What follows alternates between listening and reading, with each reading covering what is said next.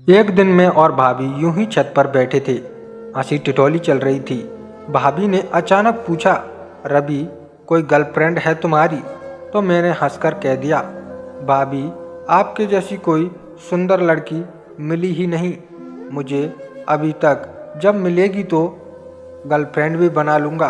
तो भाभी मेरी आंखों में झांकते हुए बोली, मेरे जैसी ही क्यों, मुझे ही अपनी गर्लफ्रेंड बना लो ना। मैं फिर हंसने लगा। मुझे लगा भाभी मजाक कर रही है और बोला, मैं तो गर्लफ्रेंड बना लूँगा, फिर भैया का क्या होगा? भाभी मायूस होते हुए बोली, भैया का तो पता नहीं, उससे मेरा कुछ होता भी नहीं है। मुझे कुछ ठीक नहीं लगा। मैं उठकर जाने लगा तो उन्होंने मेरा हाथ पकड़ लिया और बोली, रवि, मैं मजाक नहीं कर रही हूँ, सच कह रही हूँ। बना लो ना अपनी गर्लफ्रेंड मुझे। मैं कभी कुछ नहीं मांगूंगी। आज अच्छा मौका है। तुम्हारे भैया बिजनेस टूर पर गए हैं। 2-3 दिन तो लगेंगे जी, खूब मज़े करेंगे। मान जाओ ना मेरी बात। पर मैं ऐसे अचानक से सब होने पर घबरा गया और भाभी से हाथ छुड़ाकर भाग गया। सीधा अपने घर आया। दरअसल वह मेरे चाचा के बेटे की बीवी थी, तो रिश्ते में भाभी ही लगती थी।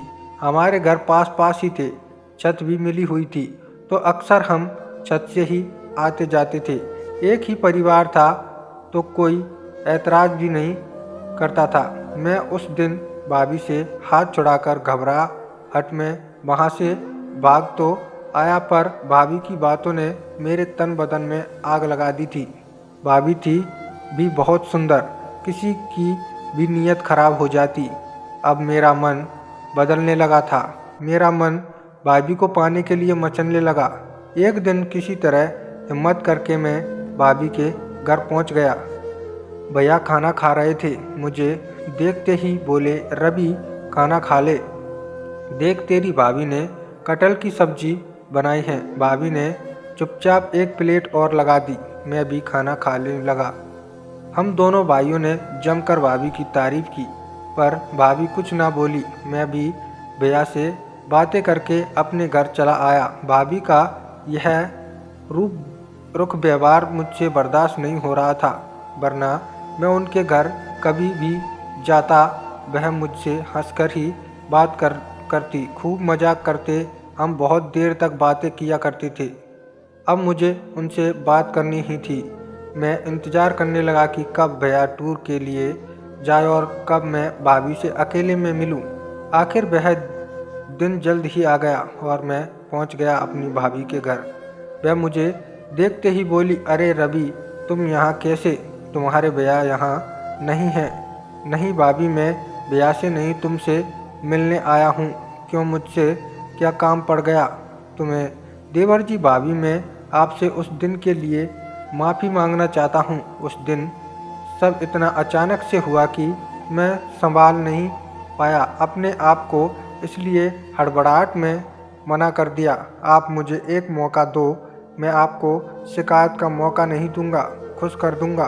मैंने भाभी को पीछे से अपनी बाहों में भरते हुए कहा, मैं जानता हूँ भैया आपको बेहद सुख नहीं दे पाते हैं, इसलिए आपको यह सब करने की सूझी, पर आप फिक्र मत करो, मैं आपको कभी अकेले नहीं छोड़ूंगा। मैं आपकी हर ज़रूरत को पूरा करूंगा। भाभी बोली, ठीक है, तुम्हारे भैया इस बार पूरे 4 दिन के लिए बाहर गए हैं। अभी तुम वापस जाओ और रास्ते से सीधे मेरे कमरे में आ जाओ। मैं आती हूँ। दरवाजे से तो कई लोगों ने तुम्हें आते हुए देखा होगा। ठीक है, कहकर मैं चला गया और थोड़ी देर में पहुँच गया भाभी के कमरे में, जो पहले ही नहा धोकर एक चिकनी सी मैरून कलर की नाइटी में मेरे अंदर आते ही उन्होंने दरवाज़ा बंद कर लिया। बस फिर ज़्यादा बात नहीं हो पाई। थोड़ी ही देर में भाभी की नाइटी फर्श पर पड़ी थी और भाभी 7वें आसमान पर थी। उनकी प्यारी आवाज़ से पूरा कमरा गूंज रहा था, जो मुझ में भी जोश भर रही थी। वह बीच में ही बोली, रवि, अगर तुम्हारे भैया यह अच्छे से कर पाते तो मैं कभी उन्हें धोखा नहीं देती, पर मैं क्या करूं, अपनी ज़रूरतों को ज़रूरतों के आगे मजबूर हो गई। पर मुझे कुछ समझ नहीं आ रहा था। मेरा पहली बार था तो मुझ पर तो जुनून सवार था। शायद यही बात भाभी को पसंद भी आ रही थी। कभी कभी जंगली होना अच्छा लगता है। मैंने भाभी से पूछा, भाभी अभी आप खुश हो? वह करने लगी, मेरी खुशी 7वें आसमान पर है। तुम वादा करो कि रोज़ मुझे ऐसे ही खुश करोगे।